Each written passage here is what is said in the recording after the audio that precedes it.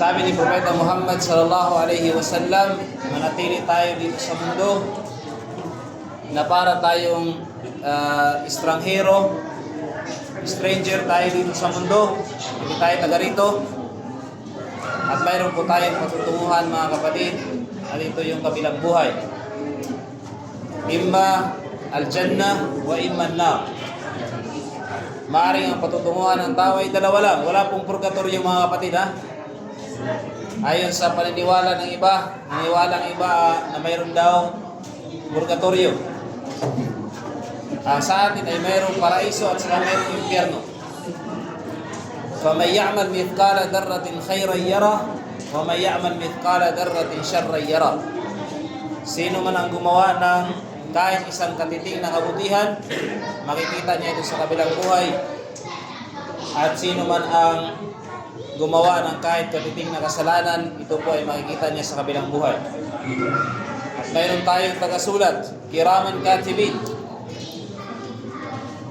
At naway ang ating sahifa, ang book of deeds natin, ay inshallah mapupuno ito ng kabutihan. At alam ba natin, mga kapatid, ang mundong ito ay napakaiksi lamang. Katulad ng sabi ni Propeta Muhammad sallallahu alaihi wasallam, a'maru ummati ma baina 60 ila 70, o kung kala sallallahu alaihi wasallam, ang edad ng umma ko, at tayo ay kabilang sa umma, sa nasyon ni Propeta Muhammad sallallahu alaihi wasallam, sa pagitan ng 60 to 70 years old lang. Ang Propeta Muhammad namatay 63. Kaya pag 50 ka na, malapit ka na sa huta. Pero wala pong nakakaalam, mga kapatid. Mayroong mga matanda na nauna ang bata. Sabi nga ni Imam Shafi'i, "Faman asya alfan aw alfaini fala budda min yawmin yasiru ila al-qabri." Sino man ang namuhay ng kahit 1,000, wala sigurong aabot na 1,000 o 2,000 taon, ang huling patutunguhan niya dito sa mundo ay libingan. Hindi sa kabilang buhay, hindi po libingan ang huling hantungan natin, katulad ng sinasabi ng iba. Sabi ni Sheikh Uthaymin, hindi tama yung sabihin natin ang libingan ay ang huling hantungan natin. Kasi hindi po tayo doon, hindi po yun ang huling hantungan natin. Kung hindi, ang paraiso at saka impyerno. Kaya ito po ay mutalik sa akida, sa paniniwala. Ang libingan, ito lamang po ay stage ng buhay natin. Okay, mayroon po tayong 5 stage ng buhay natin. Una-una, bago tayo likhain ng Allah subhanahu wa ta'ala, ay nilikha niya tayo, nilikha ng ating kaluluwa bago pa ito ilagay sa ating katawan sa tamang panahon.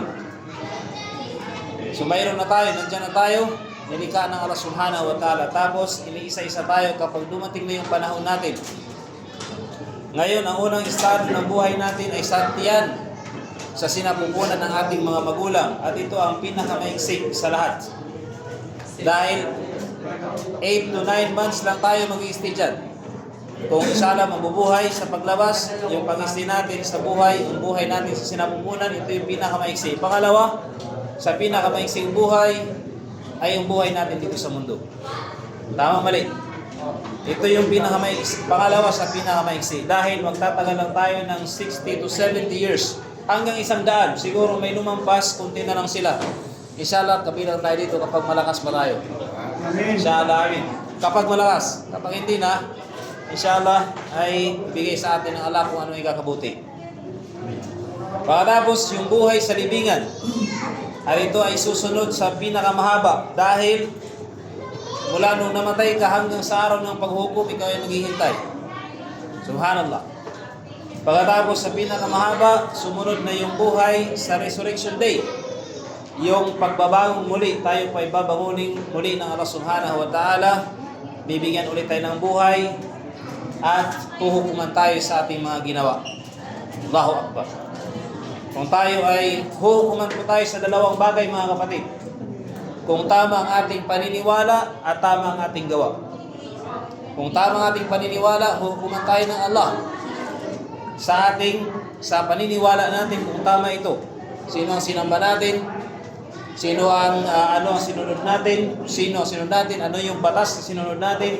Huhukuman po tayo dyan ng Allah subhanahu wa ta'ala sa paniniwala at ganun din sa ating gawa. Kung mabuti tayo, kung tayo po ay sumusunod sa ang ginawa natin mabuti, huhukuman din ito ng Allah subhanahu wa ta'ala yung deeds at yung ating faith, yung ating paniniwala at yung ating gawa. So alhamdulillah, pagkatapos ng Resurrection Day, buhay yan.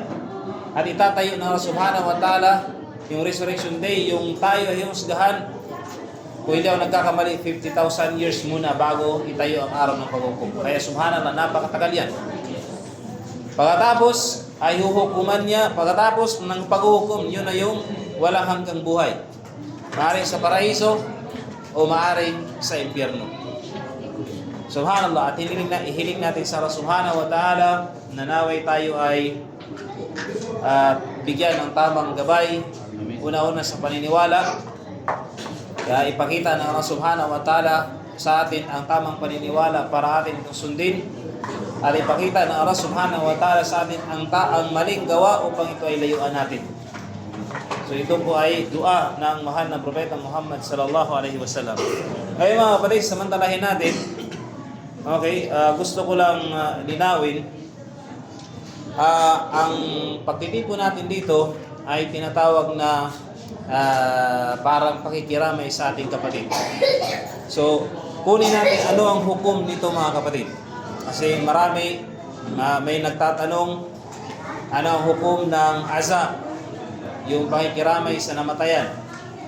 Lahat ng mga ulama arba, nagkasundo sila, pati yung mga ulama muasirun, sinabi nila na ito ay mustahabba.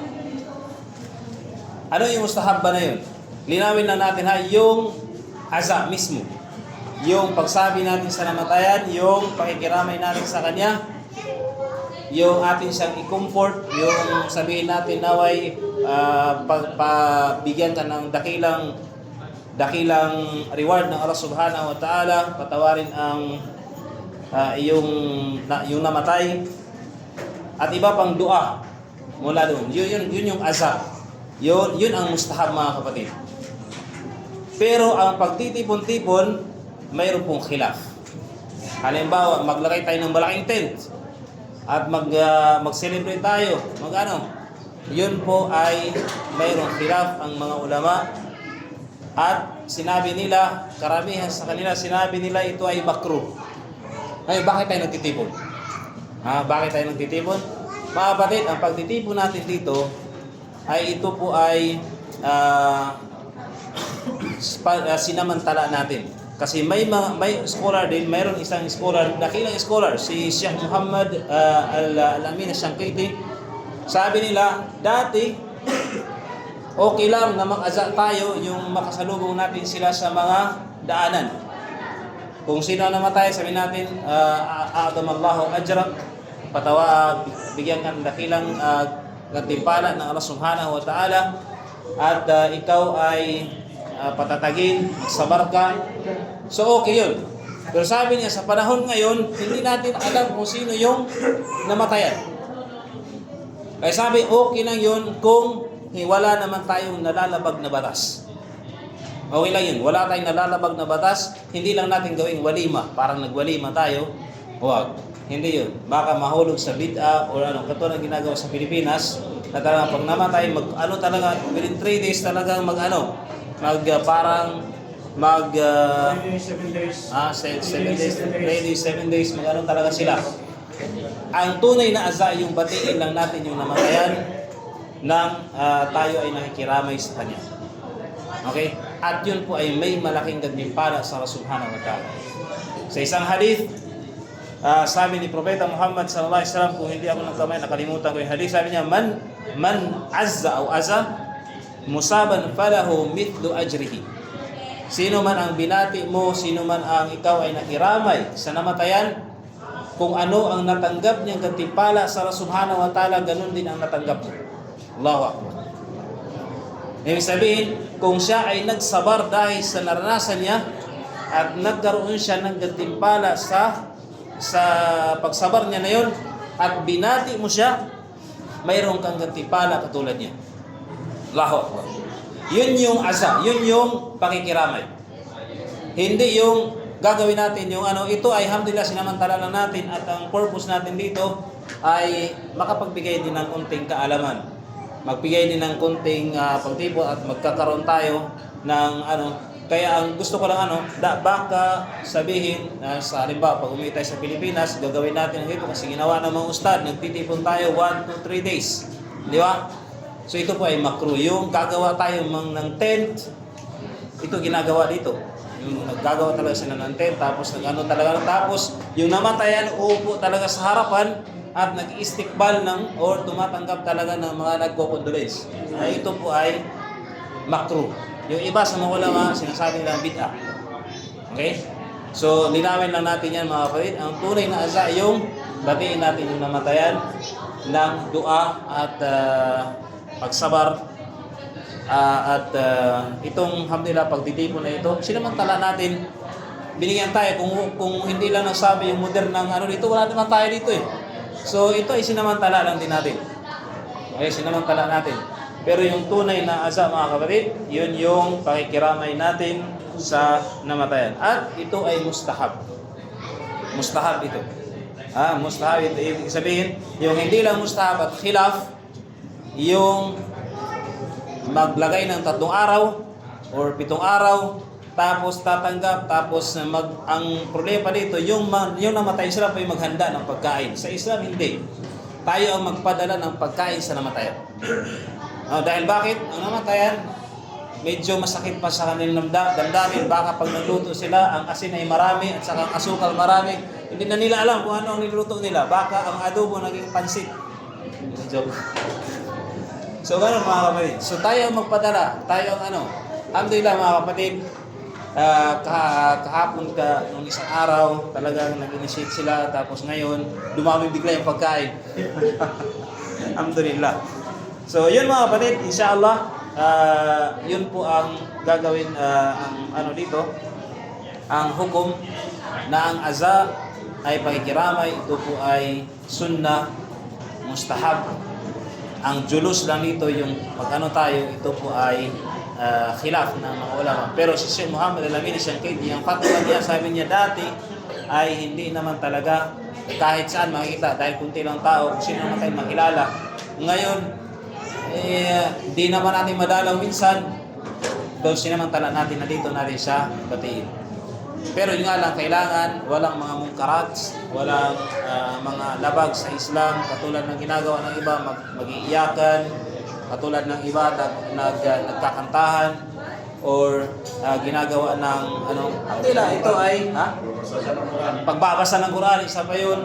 So yun ang mga mungkar na hindi kasama sa azan.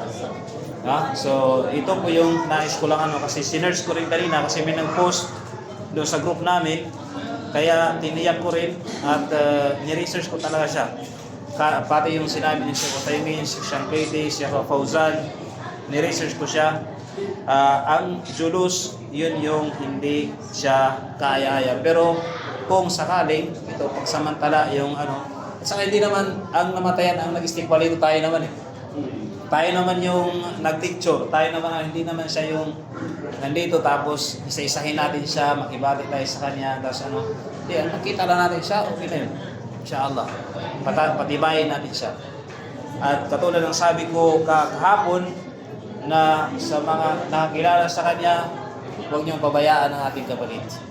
Okay, huwag niyong pabayaan, lalong-lalo na sa naranasan niya ngayon. So, alhamdulillah, yun lang siguro ang gusto kong sabihin. At ikwento ko lang din, dagdagan ko yung sinabi ni Ustad Daud na nung masakit sa amin kasi ang grupo namin si Brother Isa. Mayroon kaming grupo sa amin, close talaga siya sa amin. Although yung grupo namin siguro mga hindi pa nagdalawang taon. Kami lang, yung minsan kami nagkakainan, punta nagtitipon, kasama, marami kaming plano. Marami kaming plano sa buhay. Pero minsan, sabi mo kahapon, ang plano minsan Yung gusto natin dito sa mundo, minsan naaabot, minsan hindi. Pero karamihan hindi. Yung paano natin, gusto natin ng, sabi ko kahapon, gusto natin ng Mercedes na sasakyan, yung maganda, pero binigay sa atin ay yung karag-karag na sasakyan. So, hindi, gusto natin ng mansion, binigay sa atin partition o kaya bed space lang. Subhanallah. Gusto natin mataas ang sahod, binawasan pa ang sahod. Allahu Akbar. Di ba, Sheikh Malik? Mawa si Malik. Gusto natin na walang utang, yun, napaon sa utang. Allahu Akbar.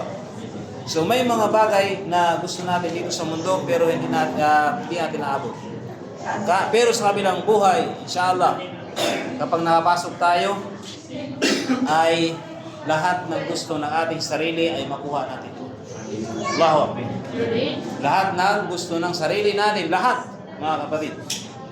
Ang gusto natin, at inshallah, makikita natin ang ating kapatid, kasama natin sa paraiso. Mayroong pagtitipon. Na tayo din ay magtitipon-tipon doon, inshallah subhanahu wa ta'ala, at alalahanin natin, maaalala natin yung mga nangyari sa ating kabutihan dito sa mundo.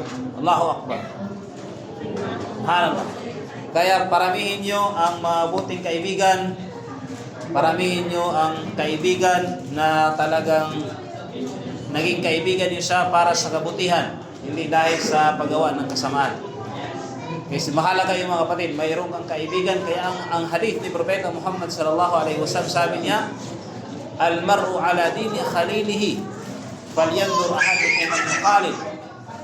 Ang tao ay nakadepende po sa kanyang kaibigan. Kung ano ang kanyang kaibigan mabuti, mabuti rin siya. Kung ang kanyang kaibigan masama, okay, sabihin natin, hindi naman exacto 100% siya maging masama, pero maaaring mahatak siya. Maaaring mahatak siya dahil sa kanyang kaibigan. So, mashallah, si Brother Isa ay naging kaibigan natin, naging estudyante natin, tapos ang ating napansin sa kanya ay siya para sa amin, sa nakikita na wala uzaki alallahi ahadan, ay siya ay mabuting tao. Si Brother Isa, hindi siya perfecto. Hindi siya perfecto, walang perfecto sa atin dito. Pero all in all, inshallah, masabi natin at hindi ko siya pinupuri ng todo-todo. Hindi ko siya ginawang malinis. Okay? Pero siya ay, inshallah, kapatid natin sa Islam, ang pabilang, inshallah, sa mga mabuting tao. Inshallah, amin. At tayo makasama natin siya kapag makapasok tayo sa paraiso, kasama natin siya. Nauna lang siya, tayo ay susunod sa kanya. Subhanallah. Yun ang buhay. At last, nasabihin ko, parang last, kanina pa ako nag-last. Nung hinugasan, ulitin ko lang, nung hinugasan namin si Isa, sabi ng official na tagahugas ay para lang talaga siya natutulog. Para lang talaga siya natutulog. Kasi alam niya, yung marami na siyang nahugasan eh. Alam niya yung nahirapan na dumaan sa su'ul khatimah, sa husnul khatimah, mabuti ang dulo, masama ang dulo, anong uri ng ano.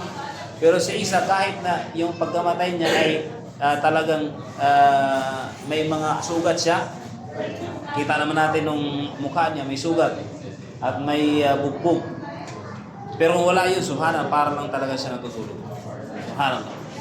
At maaliwalas, maganda. Parang, biruin mo, after Fajr siya namatay, katapos niya lang magsala ng Fajr. At siya ay hindi siya galing sa masamang gawain. Dahil bakit? Galing siya sa Fajr at ang ginawa niya, galing siya sa trabaho para sa pamilya niya. Subhanallah. Galing siya sa trabaho para sa pamilya niya, nagsala siya ng Fajr, nagbasa siya ng Quran. Ano yung ano yung surah binasa niya? Yung ya ayyuhalladhina amanu taqullaha haqqa tuqatih wa la tamutunna illa wa antum muslimun. O kayo mananampalataya, matakot kayo sa Allah subhanahu wa ta'ala, at huwag niyong hayaan na kayo ay abutan ng kamatayan maliban na kayo ay mga Muslim. Allahu Akbar. Yun yung unang, after ng Fatiha, yun yung unang rak'ah, surah sa unang rak'ah na binasa niya after Fatiha. Ayon sa narration, ayon sa nagsabi. Pagkatapos, ang second rak'ah, sinabi niya, binasa niya ang suratul Ikhlas. Allahu Akbar. At ang pagbabasa ng suratul Ikhlas, 1/3 ng Quran. Yung sabihin natin kahit isang beses niya, nakuha niya ang 1/3 na gantimpala. Allahu Akbar. Binasa niya sa Salatul Fajr. At ang Salatul Fajr ay mashhud. Ang Salatul Fajr, yung pagsasala ng Fajr, ito po ay sinaksihan. Sinaksihan ng mga anghel, pati ang Allah Subhanahu wa Ta'ala. Ano yun sa surah? Sa suratul ano yun, Sheikh? Kung maalala mo? Inshallah.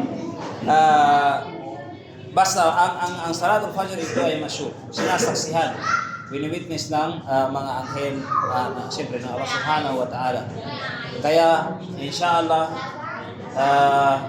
mabuti ang kanyang kamatayan. At ipagduan natin siya palagi. Huwag natin siyang kalimutan. Naalala ko isa sa mga ulama, kung hindi ako nagkakamali, si Imam Ahmad. Dahil mayroon siyang kilala o isa sa mga kilala na tao na lagi niya talagang pinagdudua hanggang sa kanyang kamatayan. So inshallah, mapabilang siya sa mga panalangin natin, dua natin, sa sujud natin. Dahil matalik natin siyang kaibigan at siguro lahat dito, wala naman siguro. Kung may nakalitan sa kanya, patawarin niyo siya. Kung mayroon siyang utang sa inyo, ay pwede niyo isadaka. Pero kung malaki, pwede niyo rin isadaka. Kasi ang utang, yan po ay parang haharang sa pagpasok sa paraiso. Yan ang nakakaharang yan. So, kung may utang siya, ay ibigay niyo na sa kanya as sadaka. Kung malaki, pwede niya installment. Inshallah, pagtulungan natin bayaran. Okay? Tapos, kung may nakalitan, yung patawarin siya. At inshallah, linisin natin ang puso sa ating kapatid. Inshallah, subhanahu wa ta'ala. So, barakallahu fikum. Hadith, idha mata ibn Adam, ta'amalu ila Muhammad. Tama.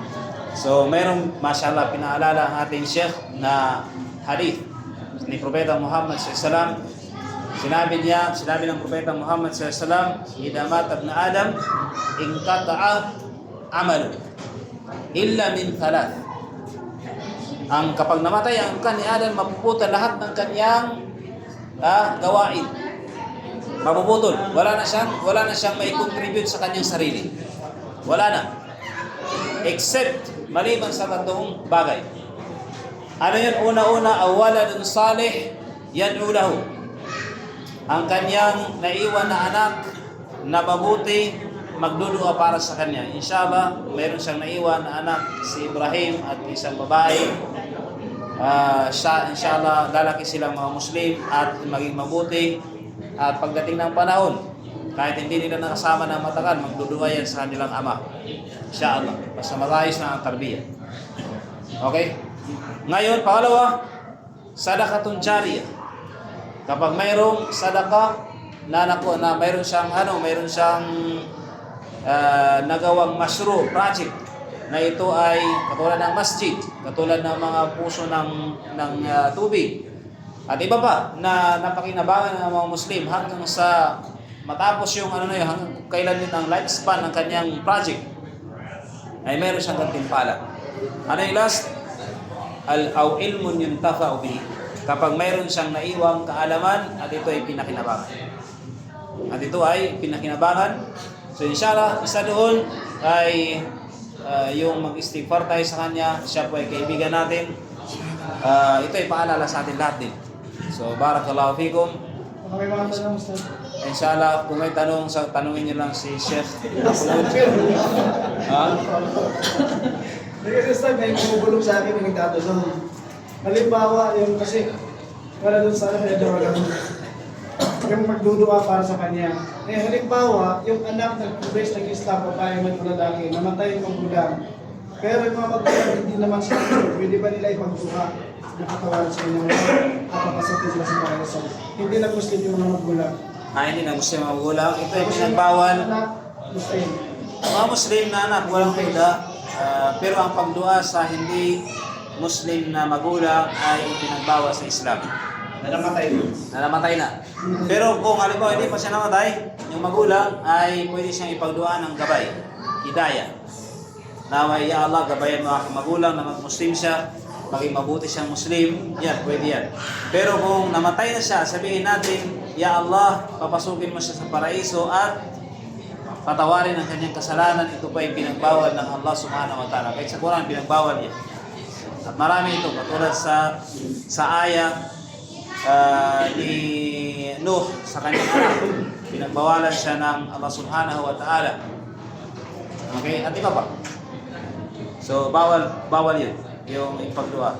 At sabi ng mga ulama, ang waladun salih, mayroong ibang scholar, sinabi nila, hindi lang yun restricted sa anak sa dugo. Sabi ng ibang ulama. Sabi nila, kapag ikaw ay isang alim, ang estudyante mo ay parang walad mo rin. Kapag ikaw ay isang sheikh o ustad, nagturo ka, yung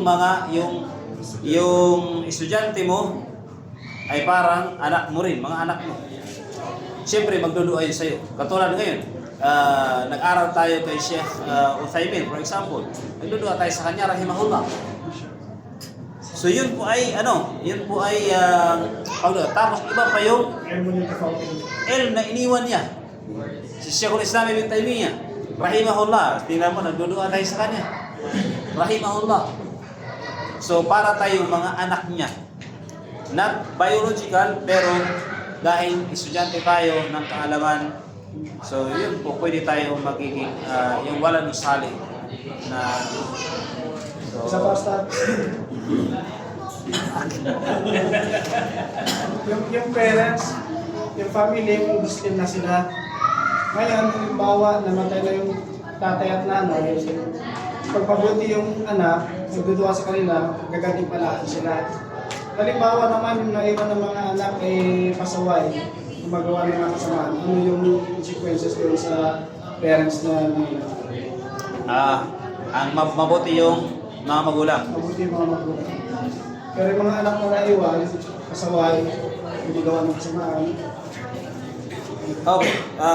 Una-una, kapag mayroong taksir, mayroong pagkukulang sa magulang, mananagot din sila sa Allah subhanahu wa ta'ala. Kung mayroon silang pagkukulang sa pagtarbiya, pero kung wala silang pagkukulang, wala taziru waziratu wizra ukhra.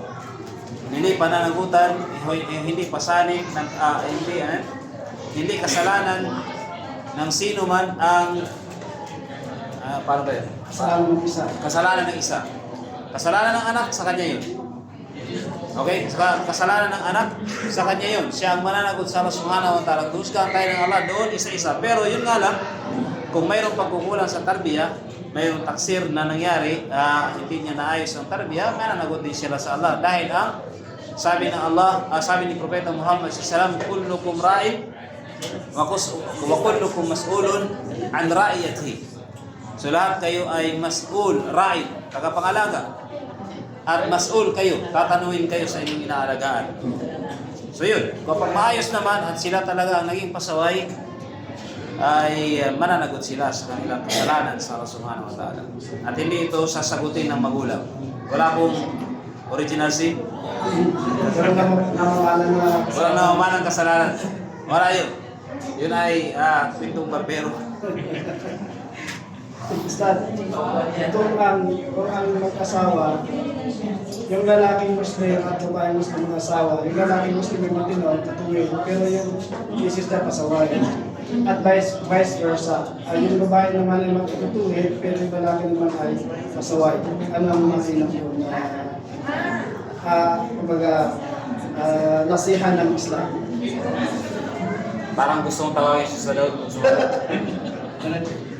Kasi sa reality kasi yan nangyayari, may mga kapatid na napakamatuwid yung lalaki, pero yung misis naman, pasaway, etc. Meron naman din misis na napakamatuwid, yung husband naman, napakapasaway. So, nag-result ng mga problema sa pamilya nila, kawawa yung mga bata, aplikado. Ano yung mga magandang payo sa kanila? Yes pa daw gusto mong marinig dyan? Sarasat. Tapos na ako.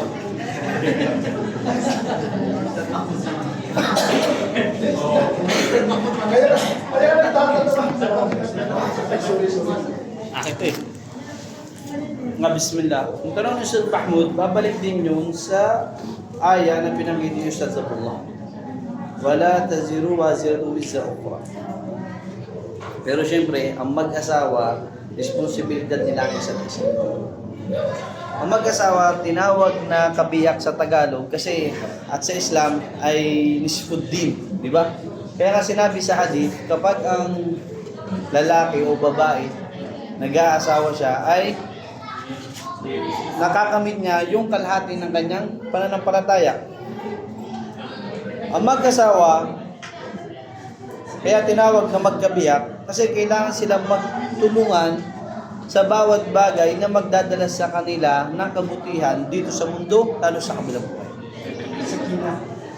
Una sa lahat yun. Kasi, una sa lahat ang lalaki, kung siya ay religyoso, sigurado, hindi niya papabayaan na hindi niya paalalahanan yung kanyang asawa.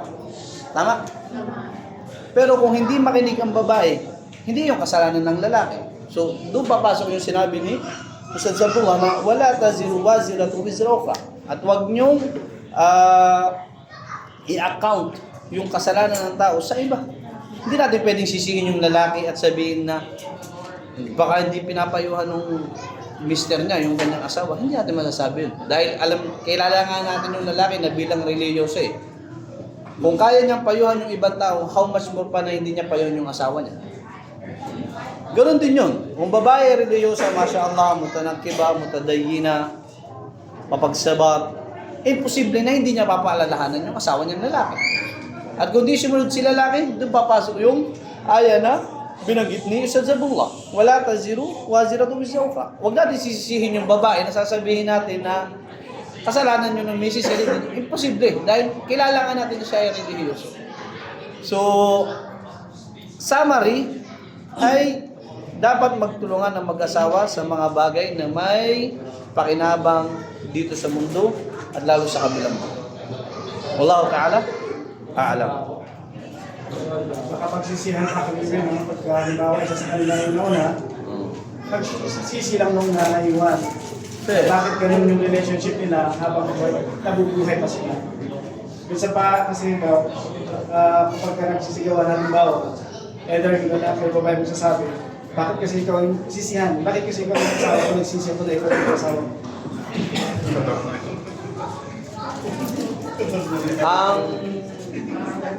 Pero reality. Hindi, ang salita sa pagitan ng mag-asawa, actually, ano lang yan eh, palamuti yan sa buhay mag-asawa.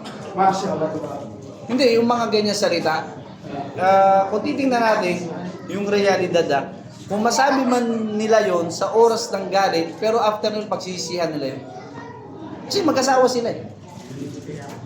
Mag-asawa sila. Kung ano man yung nabanggit na hindi maganda, ano man yung nasabi na hindi maganda, in the end of the day, marirealize yun ng bawat isa. Bakit ko sinabi yun sa kanya? Bakit ko sinabi yun sa kanya? So, ano yun? It's spices sa kanilang pag-asama. Basta ang mahalaga, hindi nila talikuran yung isa't isa. Sa mga sisters, baka may tanong. Walang tatanong. Ito na ako, sister. Sa mga brothers, kung mga tanong kayo, sino wala kang asawa? Okay na? Kung may tanong kayo, may tanong kayo sa amnesty, magtanong kayo. Kung meron